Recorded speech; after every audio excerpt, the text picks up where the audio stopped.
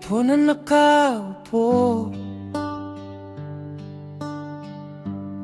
subukan nyo namang tumayo.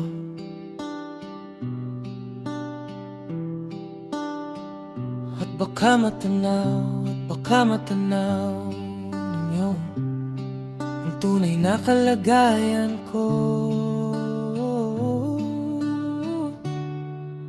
Ganito kasi yan eh. Tao po, nandyan po ba kayo sa loob ng malaking bahay at malawak na bakuran?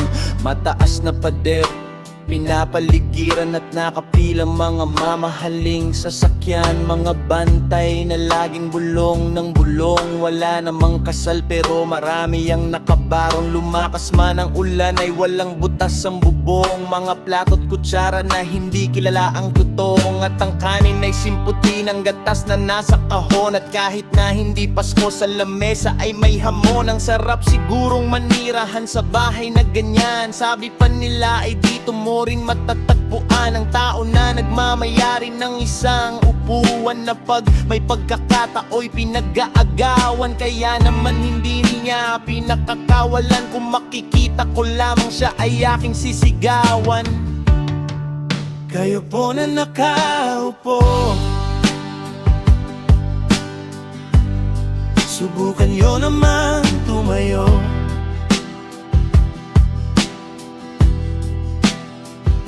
Baka matanaw ninyo ang tunay na kalagayan ko.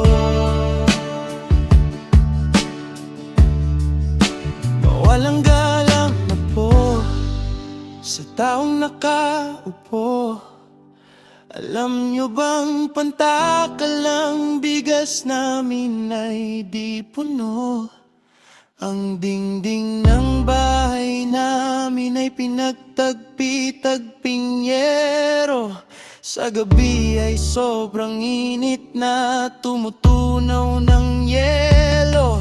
Na di kayang bilhin upang ilagay sa inumin. Pinakulong tubig sa lumang takuring uling-uling. Gamit lang panggatong nga unanod lamang sa estero na nagsisilbing kusina sa umagay aming banyo. Ang aking inay na may kayamanan, isang kaldero na nagagamit lang pag ang aking ama ay sumweldo. Pero kulang na kulang pa rin, ulam na tuyot kasi ng 50 pesos sa maghapoy pagkakasyahin. Di ko alam kung talagang maraming harang o mataas lang ang bakod o nagbubulag-bulagan lamang po kayo. Kahit sa dami ng pera nyo, walang doktor na makapagpapalinaw ng mata nyo. Kaya wag kang masyadong halata. Bato-bato sa langit ang matamay. Wag magalit o bato-bato-bato sa langit ang matamanay.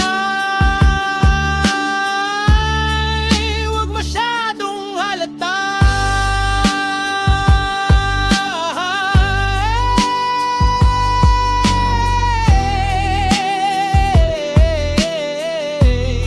Huwag